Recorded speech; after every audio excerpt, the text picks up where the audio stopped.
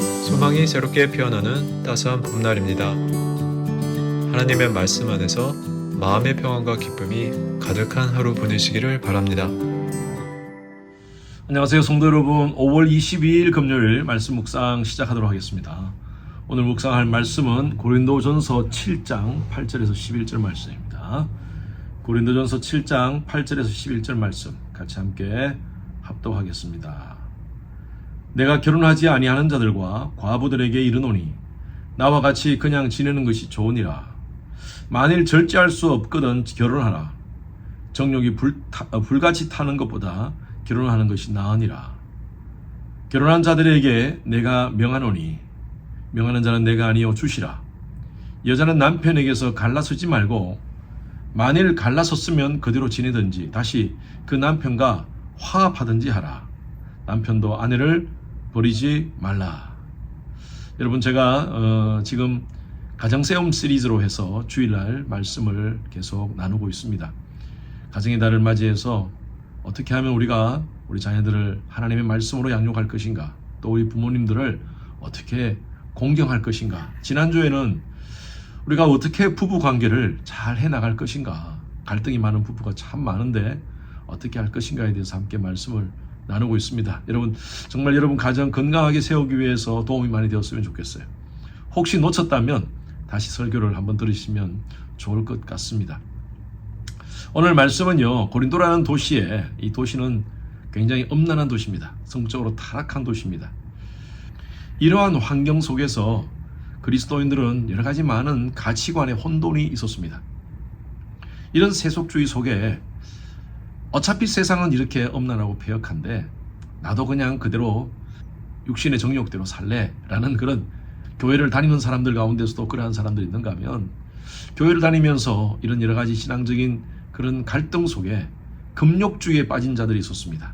이제 내가 예수 믿고 거룩해졌으니 결혼도 하지 말고 남편 아내 두지 말고 그냥 내가 혼자서 독신으로 살겠다. 육체적인 결혼 관계는 더럽다, 죄 짓는 것이다 라고 그렇게 금욕주의에 빠져있는 그런 성도들이 있었습니다.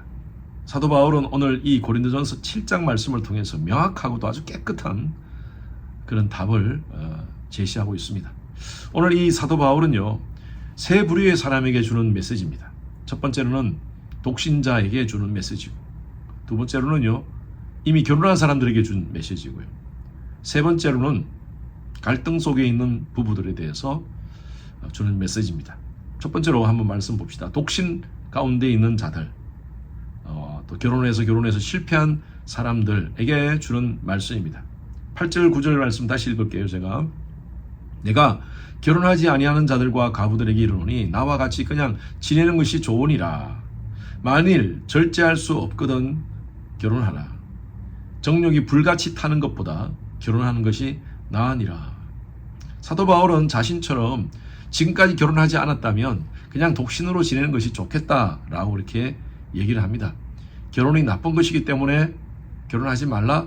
그것은 아닙니다. 사도 바울은 두 가지 이유를 얘기하고 있습니다. 지금 오늘 본문 말씀이 나오지 않고 이 뒤에 말씀은 26절에 보면 환난이 임박했다는 거예요. 사도 바울 이때는요, 예수님께서 곧 오실 줄 알았어요. 예수님의 세컨드 커밍, 재림이 곧 임할 줄 알고 재림이 임할 때에 가장 엄청난 핍박을 받는 자들이 예수를 믿는 자들이다. 결혼을 하게 되면 가족들이 같이 함께 핍박을 받게 되니까 독신으로 사는 게 좋겠다라고 그렇게 제안하는 것이고요. 두 번째는 결혼하지 않고 살면 하나님 나라를 위해서 열심히 최선을 다해 모든 것을 다 바치면서 일할 수 있다. 결혼하게 되면 여러 가지 제약이 있기 때문에 일하는 데 방해가 된다라고 해서 독신으로 사는 것이 좋겠다라는 제안을 합니다. 그래서 성경적 독신은요, 단순히 어쩌다 보다 혼자 되는 상태가 아니라 하나님 나라를 위해서 구별된 은사이자 사명이라는 것입니다. 독신의 은사가 있는 사람은 혼자 사는 게 좋다는 거예요. 제가 아는 전도사님이 계십니다. 초등학교 때부터 교사했던, 저를 가르쳤던, 말씀을 가르쳤던 분이셨는데 평생 여전도사로 사십니다. 그분이 늘 그렇게 말씀하세요. 자기는 하나님께서 독신의 은사를 주셨다는 거예요. 독신으로 사니까 하나님의 일에 더 집중할 수 있다라는 그런 말씀을 하세요. 지금도 80이 넘으셨는데 열심히 교회를 섬기시는 그 분의 모습을 봅니다. 혼기를 놓쳐서 그냥 독신으로 사는 것이 은사가 아니라 그리스도인들은 내게 주신 하나님의 은사다. 혼자 사는 것이 은사다라고 생각하신다면 복음을 위해서, 선교를 위해서, 또 주의 몸된 교회를 섬기는 그 일에 독신으로 사는 것도 좋다. 사도 바울이 그렇게 제안하는 것입니다. 그런데 사도 바울은 현실적인 제안을 또 합니다. 9절에 보십시오. 절제할 수 없거든 결혼하라. 정욕에 휩싸여 죄를 짓는 것보다 결혼하여 하나님이 주신 결혼의 울타리 안에서 부부의 연을 맺고 사는 것이 더 좋다, 더 거룩하고 안전하다라고 이렇게 얘기를 하는 것입니다. 자, 두 번째는요, 결혼에 대한 것입니다. 자, 10절 말씀 한번 보십시오. 결혼한 자들에게 내가 명하노니 명하는 자는 내가 아니요 주시라. 여자는 남편에게서 갈라서지 말고, 이 말은요 아주 강력한 명령입니다. 명하는 자는 내가 아니라 주시라라는 것은 사도 바울이 앞부분에 8절의 말씀에 독신에 대해서 얘기할 때는요, 좋으니라, 좋겠다라고 하는 그런 권면으로 얘기합니다. 그런데 결혼과 이혼에 대해서는요, 예수님께서 주신 말씀을 근거로 얘기합니다. 마태복음 19장에 보면 하나님이 짝지어 주신 것을 사람이 나누지 못할지니라 라고 얘기합니다. 하나님이 짝지어 주신 것, 바로 결혼입니다. 그것은 사람이 나누면 안 된다는 거예요. 이것을 명하는 것은 내가 아니라 예수님이시다 라고 아주 강력한 명령조로 얘기를 하고 있습니다. 오늘날 세상은 성격 차이로 이혼한다 그러고, 경제적인 문제로 또 여러 가지 환경 때문에 결혼을 쉽게 깨트리는 그런 경우가 있습니다. 사도 바울은 이것은 하나님의 명령이라는 거예요. 결혼식은 단순히 서야 하는 시간이 아닙니다. 약속하는 시간이 아닙니다. 그리스도인의 결혼식은요, 하나님 앞에서 언약을 하는 시간이에요. 여러분, 언약 관계는, 커버넌트는요 깨트리면 안 됩니다. 제가 지난 주일날 말씀드렸죠. 하나님 앞에서 나눌 수가 없어요.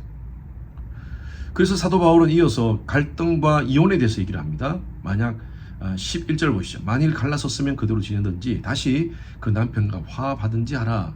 남편도 아내를 버리지 말라. 결혼 관계 속에서의 현실은 참 녹록지 않습니다. 예수를 믿는 가정에서도 부부싸움을 하고 도저히 살 수 없는 그런 극단적인 상황에 갈 수도 있습니다.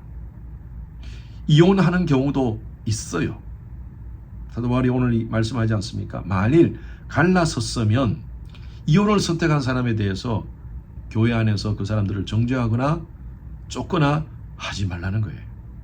그 대신 사도 바울은 단계적인 지침을 주는데, 이 지침은 바로 첫 번째는 그냥 지내든지, 말씀해 버리죠. 그대로 지내든지 다시 그 남편과 아내와 화합하든지, 이 두 가지를 하라는 것입니다. 이건 제안입니다. 성경을 보면요, 원칙적으로 이혼을 금합니다. 이혼하지 말라는 거예요.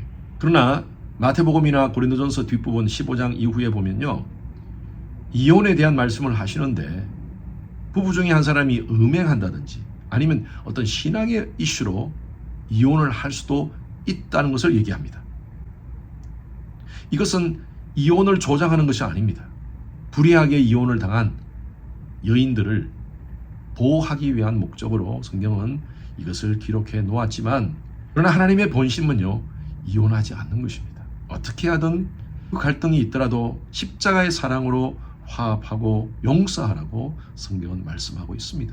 이 7장 전체를 관통하는 아주 중요한 말씀은 저는 17절이라고 봅니다. 17절 말씀 읽어볼까요? 오직 주께서 각 사람에게 나눠주신 대로 하나님이 각 사람을 부르신 그대로 행하라. 내가 모든 교회에서 이와 같이 명하노라.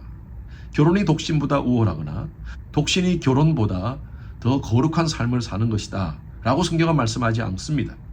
지금 혼자 살고 계시다면, 그 자리 독신의 은사가 있다면 그 독신을 통하여서 하나님의 나라를 위해서 주신 사명 잘 감당하라는 것입니다. 그리고 내가 결혼하고 살고 있다면 내 배우자와 함께 같이 주 안에서 서로 사랑하고 주 안에서 서로 존중 여기고 그렇게 아름다운 가정을 만들으라고 하나님께서 말씀하고 있습니다. 혹시 깨어진 가정을 경험했다면, 이혼을 경험했다든지 그런 어려움을 경험했다면 그것 때문에 너무 낙심하고 좌절하지 말라는 것입니다. 복음은 항상 능력이 있습니다. 여러분 가정 어떻습니까? 여러 가지 갈등 속에 있는 가정이 있습니까? 제가 주의 말씀대로 우리 부부는요 서로를 바라보는 관계가 아니라 같은 곳을 바라보는 관계가 되어야 됩니다. 십자가를 바라보십시오. 영원한 사망 가운데 있었던 저와 여러분들을 예수님은 십자가를 통해서 용서해 주셨습니다. 부부가 함께 십자가를 바라보면 서로를 불쌍히 보게 되어 있는 것 같아요. 주님께서 나를 이렇게 불쌍히 여겨주셨는데 내 안에 내 남편을 왜 불쌍히 여길 수 없습니까? 우리 불쌍히 바라보고 남편을 불쌍히 바라봅시다. 아내를 불쌍히 바라봅시다. 그리고 아름다운 가정, 아름다운 부부 만들어가는 건강한 그런 부부 되시기를 간절히 축원합니다. 주님, 오늘도 말씀을 통하여서 하나님의 음성 듣습니다. 하나님의 본심은 비록 갈등이 있더라도 깨어지는 가정이 아니라 화합하고 십자가로 용서하는 그런 것이라고 주께서 말씀해 주셨습니다. 우리 가정들 주께서 함께 해주시고 서로를 불쌍히 보며 이해하며 용납하며 사랑하는 아름다운 부부 관계 될 수 있도록 아름다운 가정 될 수 있도록 축복하여 주시옵소서. 감사드리며 살아계신 예수 그리스도 이름으로 기도드렸습니다. 아멘. 금요일은 예배를 위해서 기도하는 시간입니다. 저의 설교에 하나님께서 함께 하시고 말씀을 준비할 때 또 말씀을 선포할 때 하나님의 능력이 또 성령의 기름 부으심이 임할 수 있도록 그래서 성도들의 삶의 변화를 경험할 수 있도록 해달라고 기도해 주시기 바랍니다. 우리 교육부 청년 이의 모든 설교자가 성령 충만한 말씀을 선포할 수 있도록 기도해 주시고요. 모든 예배 섬김이가 찬양대, 찬양팀, 미디어, 예배 안내, 교사, 새가족, 통역, 제장 여러분들이 정말 감사함으로 기쁨으로 모든 섬김을 잘 감당할 수 있도록 모든 예배자가 신령과 진정으로 살아있는 예배를 드릴 수 있도록 예배를 위해서 기도해 주시기 바랍니다. 계속 성전 리모델링과 또 현 건물 매각이 하나님의 계획 안에서 순적히 진행될 수 있도록 함께 기도해 주시기 바랍니다. 함께 기도하겠습니다.